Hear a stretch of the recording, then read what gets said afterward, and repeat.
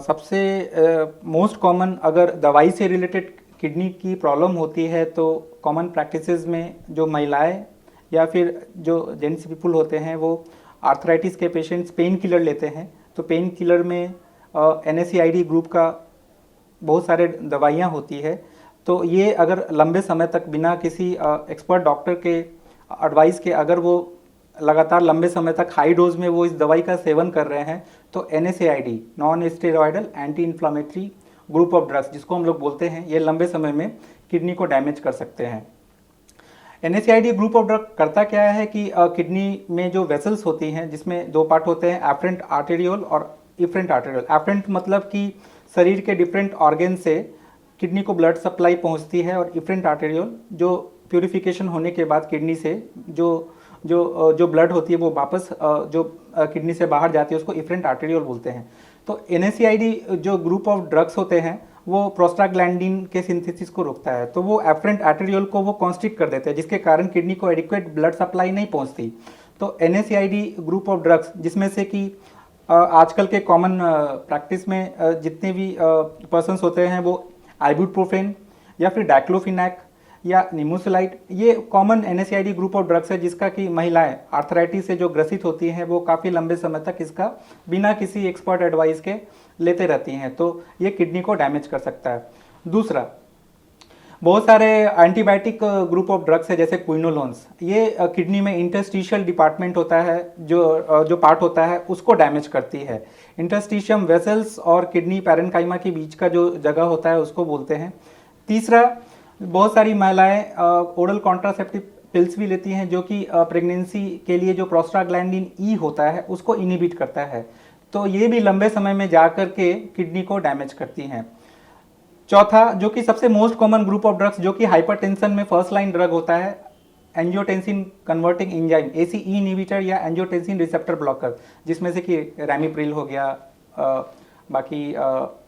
Lisinopril हो गया। तो ACE इनिबिटर और ARB जो कि common first line anti hypertensive group of drugs होते हैं, ये भी अगर बिना एक्सपर्ट डॉक्टर के एडवाइस के हाई डोज में अगर मरीज लेता रहता है और इस दवाई लेने के साथ साथ सीरियल किडनी से रिलेटेड अगर टेस्ट नहीं हो रहे हो तो ये भी ना चाहते हुए किडनी को डैमेज कर सकती है। तो कहने का मतलब analgesic, ACE, ARB, prostaglandin synthesis inhibitors and some different classes of antibiotic group of drugs अगर लंबे समय तक कोई मरीज बिना किसी चिकित्सीय परामर्श के अगर ले रहे हैं तो ये अलग अलग तरीके से किडनी को डैमेज करते हैं। तो इसका उपाय तो या तो फिर डॉक्टर के एडवाइस से उसके जो प्रिस्क्राइब डोज है अगर उसके डोज को कम करके हम लोग एडवाइस कर सकते हैं तो डॉक्टर उसको एडवाइस करता है। लेकिन अगर हम तो यही बोलते हैं कि अगर उस पर्टिकुलर ड्रग से अगर उस मरीज को प्रॉब्लम हो रहा है तो अगर उसी ग्रुप के कोई दूसरे ड्रग को प्रिस्क्राइब किया जाए या कंप्लीटली उसको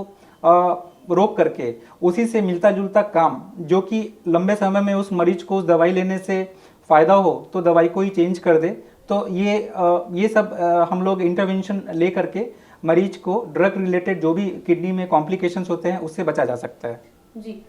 डॉक्टर साहब, अभी जैसा कि आपने कहा कि कोई लंबे वक्त से ऐसी दवाइयाँ ले रहे हैं बिना चिकित्सक के परामर्श के, हाँ। उसके बाद जब दिक्कत होने लगी तब वो डॉक्टर से एडवाइस लें और डोजेस चेंज कर लिए जाए, लेकिन वैसे लोगों का क्या करें जिन्हें ये दवाइयाँ लेना पड़ रहा है मजबूरन, तो उनके पास कोई ऑल्टरनेटिव है?